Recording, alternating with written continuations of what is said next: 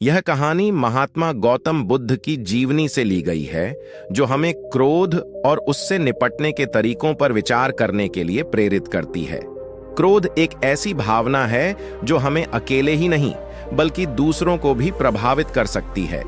जब हम किसी बात से नाराज होते हैं, हमारी रेशमी सोच धुंधली हो जाती है और हम अक्सर नुकसान पहुंचाते हैं, न केवल दूसरों को बल्कि खुद को भी। बुद्ध ने हमें सिखाया है कि क्रोध में हम ठीक से सोच नहीं पाते हैं और वहां हमारी गलतियों का खतरा बढ़ जाता है। क्रोध हर किसी को आता है। जब भी किसी की बात बुरी लगती है या किसी का व्यवहार पसंद नहीं आता है तो गुस्सा आ जाता है, और एक बार जब यह आता है तो फिर दिमाग से निकलने का नाम नहीं लेता। ऐसे में आप उस घटना को लेकर बैठ जाते हैं, उसके बारे में सोचते रहते हैं। हर समय वही बात दिमाग में घूमती रहती है। आप किसी से कोई भी बात करें, वह घटना बीच में आ जाती है। ऐसे में आप न चाहते हुए भी उस बारे में बात करने लगते हैं, उसकी शिकायत करने लगते हैं, और अगर उस समय वहां पर कोई बात करने वाला नहीं हुआ तो आप अपने आप से ही बातें करने लगते हैं, बड़बड़ाने लगते हैं। इस सब से उस व्यक्ति की सेहत पर तो कोई फर्क नहीं पड़ता, पर आपका नुकसान जरूर होता है। लेकिन अगर आप चाहें तो इस स्थिति से बच सकते हैं, इस नुकसान से खुद को बचा सकते हैं। कैसे, आइए जानते हैं। महात्मा गौतम बुद्ध की इस कहानी के जरिए। एक बार की बात है, एक गांव में गौतम बुद्ध का प्रवचन चल रहा था। वे कह रहे थे, जब हम क्रोधित होते हैं तो दूसरों को नुकसान पहुंचाने की कोशिश करते हैं, लेकिन उस समय हम इतने आवेशित हो जाते हैं कि हमारी सोचने समझने की ताकत समाप्त हो जाती है। इसलिए क्रोध में हम सही निर्णय नहीं ले पाते और अपना ही नुकसान कर बैठते हैं। बुद्ध की उस सभा में एक गुस्सैल स्वभाव का व्यक्ति भी शामिल था। उसे बात बात पर गुस्सा आ जाता था।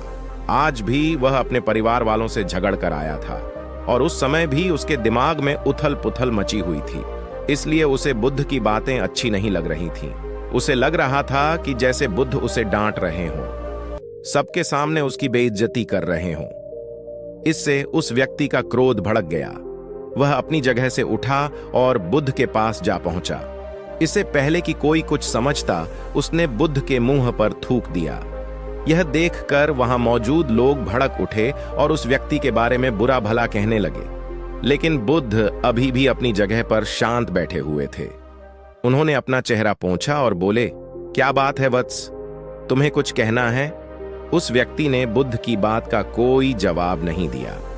वह बिना कुछ कहे वहां से चला गया। यह देखकर एक व्यक्ति से नहीं रहा गया। उसने बुद्ध से पूछा, महात्मन, उस मूर्ख व्यक्ति ने आपका अपमान किया और आपने उसे कुछ नहीं कहा। उसकी बात सुनकर बुद्ध धीरे से मुस्कुराए और फिर बोले, तुमने शायद उस व्यक्ति का चेहरा नहीं देखा। वह बहुत परेशान लग रहा था। मुझे लगता है कि वह किसी चिंता में घिरा हुआ था। इसलिए ऐसे परेशान व्यक्ति को क्या दोष देना। बुद्ध पर थूकने वाला व्यक्ति सभा से उठने के बाद अपने घर चला गया। वह दिन भर बेचैन रहा। उसे अपनी करनी पर पछतावा होता रहा। रात में भी वह सो नहीं पाया और बेचैनी में इधर उधर करवट बदलता रहा। अगले दिन वह फिर से बुद्ध की सभा में गया। वहां पहुंचते ही वह बुद्ध के चरणों में गिर पड़ा और रोने लगा। यह देखकर बुद्ध ने पूछा, क्या हुआ वत्स, तुम क्यों रो रहे हो? वह बोला, मैं वही दुष्ट व्यक्ति हूं जिसने कल आपका अपमान किया था। पता नहीं कल मुझ पर ऐसा कौन सा पागलपन सवार हुआ जो मैं ऐसी घृणित हरकत कर बैठा। कृपया मुझे क्षमा कर दें।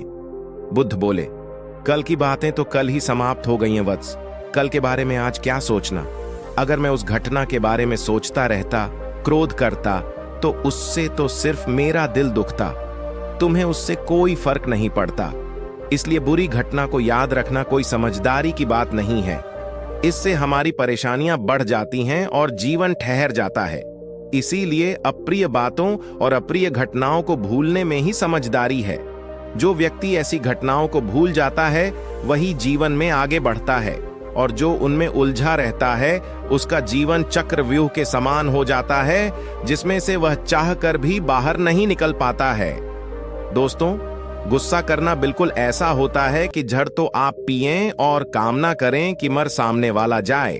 इसलिए जब भी कभी आपको गुस्सा आए तो इस बात को ध्यान में रखें कि अगर आप किसी से नाराज होते हैं और रूठ कर चुपचाप बैठे जाते हैं तो आप अपना ही नुकसान करते हैं। इससे आपके समय का तो नुकसान होता ही है, आपके शरीर का भी नुकसान होता है।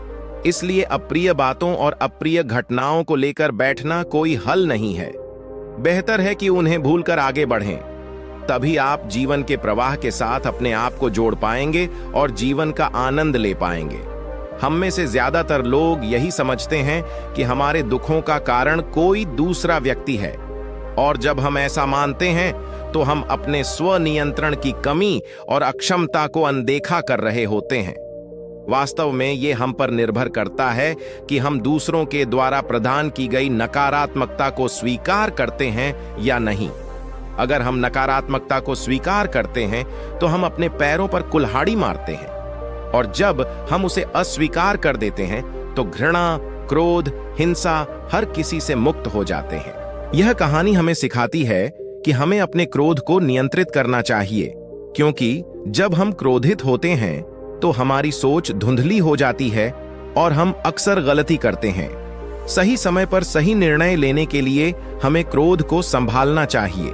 क्रोध को नियंत्रित करके हम स्वयं को और दूसरों को नुकसान से बचा सकते हैं। यह कहानी आपको कैसी लगी, हमें कमेंट बॉक्स में कमेंट करके जरूर बताएं, और साथ ही इस कहानी को अपने दोस्तों के साथ जरूर शेयर करें ताकि उन्हें भी इस कहानी से कुछ सीखने को मिल सके। धन्यवाद।